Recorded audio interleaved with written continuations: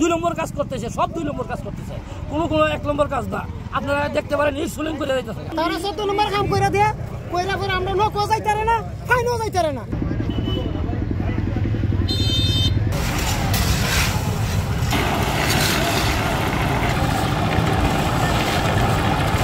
যে আমাদের সুনামগঞ্জ বিশম্বরপুর সড়কে একটি ব্রিজ নির্মাণ হচ্ছে দীর্ঘদিন ধরেই। আমাদের রাধানগর পয়েন্টে একটি সেতু নির্মাণ হচ্ছে। সেই সেতু নির্মাণের পূর্বেও একটি নির্মাণ সেতু হয়েছিল, কিন্তু আপনার ব্রিজটি ভেঙে গিয়েছিল বিভিন্ন রকমের দুর্নীতি এবং অনিয়মের কারণে। এবং এখন ইতিমধ্যে আপনার গত বছর আবার নতুন করে একটি প্রকল্প অনুমোদিত হয়েছিল, এবং প্রকল্প অনুমোদিত অনুযায়ী সুনামগঞ্জ সড়ক বিশম্বরপুর সড়কে রাধানগর পয়েন্টে আবারও ব্রিজ নির্মাণ হচ্ছে, কিন্তু সবেমাত্র কাজ শুরু হয়েছে এবং এই প্রকল্পের ব্যয় ধরা হয়েছে প্রায় 87 কোটি টাকা। সেই 87 কোটি টাকার মধ্যে সবেমাত্র কাজ শুরু হয়েছে, কিন্তু বিল উত্তোলন করা হয়েছে আমরা অফিস থেকে জানতে পেরেছি প্রায় 18 কোটি টাকা।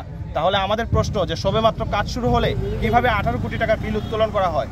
তার মধ্যে আপনার এই 3টি কালভার্টে, এই প্রকল্পের মধ্যে 3টি কালভার্টের ব্যয় ধরা হয়েছে 7.5 কোটি টাকা। তার মধ্যে 2টি কালভার্ট সম্পন্ন হয়েছে, আপনারা ব্যানারে দেখতে পারবেন। এই যে আমাদের 2টি কালভার্টের ছবি, এই 2টি কালভার্ট সম্পন্ন হয়েছে এবং 2টি কালভার্ট বাবদ এই ঠিকাদার উনি বিল তুলেছেন প্রায় 4.5 কোটি টাকা। কিন্তু আমরা বিভিন্নভাবে অনুসন্ধান করে জানতে পেরেছি এবং বিভিন্ন ইঞ্জিনিয়ার এবং ঠিকাদারের সাথে কথা বলে যে এই 2টা কালভার্টের ব্যয় সর্বোচ্চ 1 কোটি টাকা হবে। তাহলে এই অতিরিক্ত ব্যয় কীভাবে ধরা হলো? এবং সবেমাত্র কাজ যদি শুরু হয়ে থাকে, তাইলে এখানে আমরা ধারণা করতে পারছি যে বাস্তব অনুযায়ী কাজ 3 ভাগের 1 ভাগ কাজ হয়েছে। তো কিভাবে 3 ভাগের 1 ভাগ কাজ হয়ে 18 কোটি টাকার বিল উত্তোলন হয়?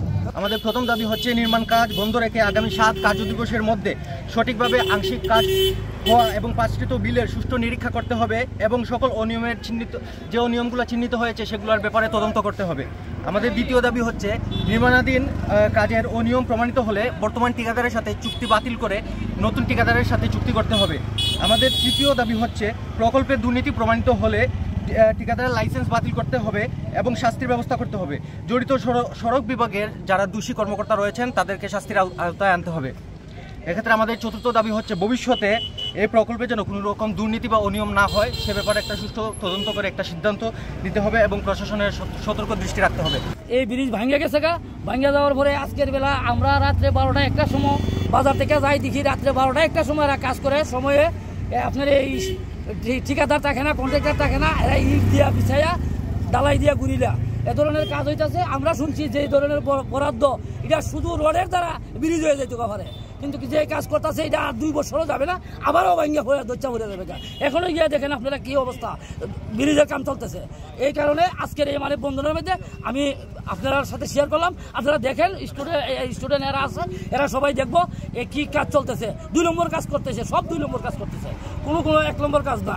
আপনারা দেখতে পারেন এই সুলিং করে যাইতেছে, তারা 14 নম্বর কাম করে দেয়া কইরা পরে আমরা নক যাইতারে না, ফাইনও যাইতারে না। একটা ব্রিজের দরকার না, শুধু একটা কালভার্ট দিছে, একটা কালভার্ট একটা নক চলবে না, ফাইনও যাইবে না।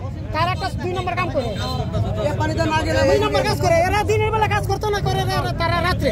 এখানে ব্লক সাইটে আপনার রিটার্নিং গার্ডওয়াল আছে, তারপরে ব্লক হইতেছে, এর মতো ব্লক হওয়ার কথা ব্লক হচ্ছে। তারপরে হচ্ছে কি আপনার এখানে মাটি চারিদিকে রাস্তার মাটি ফালাইতেছে, যে রাস্তা বড় হইব তো রাস্তা মানে 250-300 মিটার একটা রেড এয়ার দেওয়া আছে আমাদের ইয়েতে ড্রয়িং এ, ওইটার অনুযায়ী কাজ